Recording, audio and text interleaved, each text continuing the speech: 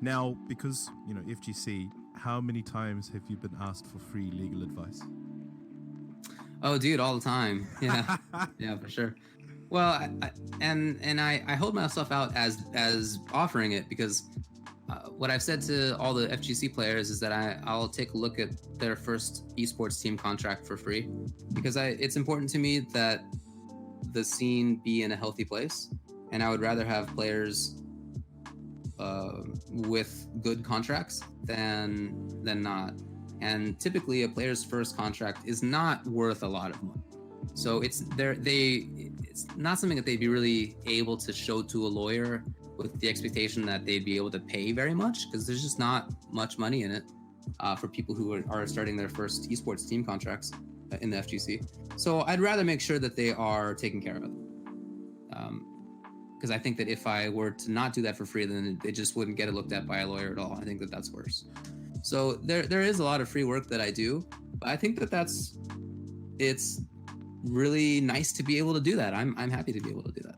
Okay. Well, you mentioned, the sponsorship contracts, if it's a player's first time, a while ago, you would have probably heard about the whole Echo Fox, that period where they were just releasing a lot of players. And I think even now there's been a few more that have just been released or let go. A lot of people are saying now that it's that whole thing where it's like, now not as many people may get approached for sponsorship, and if they do, then the pay's not going to be as graceful as it once appeared to be. What are your thoughts on the whole sponsorship taking a decline, and in terms of how, with what your work is, how contracts are going to be structured now?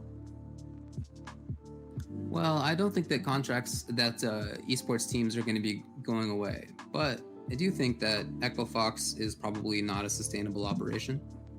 They were paying so much more than other teams, 4 or 5 times as much as other teams. And their roster was huge. And they had a huge roster. So I just don't think that was sustainable. And their leaving doesn't surprise me all that much, and doesn't really worry me either. I think that it represents a correction. It's like a market correction. Somebody was paying too much. Other people thought that they had to compete, so they began trying to pay too much. The first one goes out of business, and everybody else can kind of take a breath and go and step back a little bit.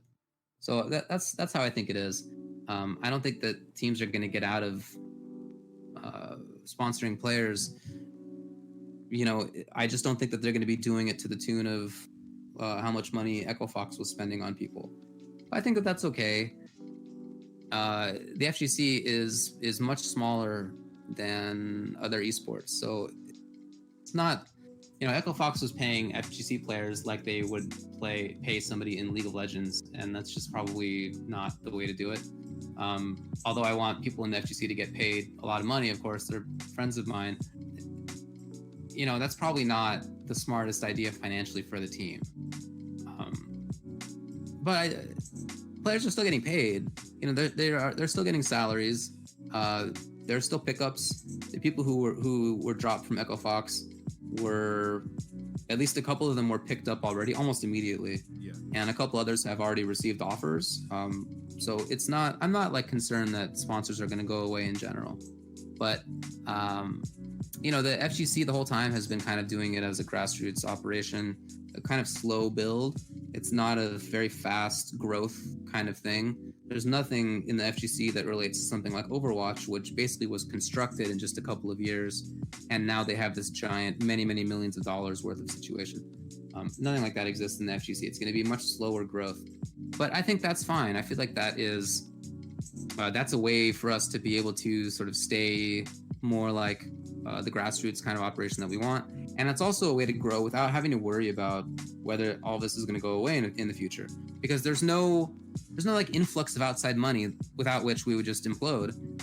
It's a bottom up sort of thing. I mean, there are players playing and going to tournaments and spending money in that way, and that's not going to go away. So I'm not concerned myself. I do think, though, it can't be helped with certain people and certain players. We want the money to be there to stick around, but I mean, what advice would you give to people who get signed up in terms of, like, what advice would you give to players with their first contracts or their first esports approach?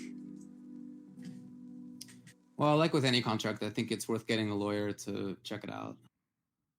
I mean, that's always the safest way to go. As far as what to look for in the actual contract itself, the most important things for contracts are just the basics. You know, who gets paid what, if anything. What are the circumstances where you get paid? How much? How does the contract end? Can one side terminate it unilaterally, or does something have to be agreed upon? How long does it last? You know, just kind of the general big picture details. You need to really get those nailed down. And I've noticed over the past several years, contracts have gotten better. I mean, I've had clients who were teams, and in that respect, I crafted some of those contracts. But I remember getting involved in this in 2011, 2012, and man, a lot of those contracts were nothing. They weren't written by a lawyer, which is not legally required, but they came across as being unprofessional and had clauses in them that just wouldn't have been held up in court. Yeah. Or they left out very important pieces of the relationship. They left out important info. They were much too short or rambling on the other side. They were kind of gross, and that's been cleaned up pretty well.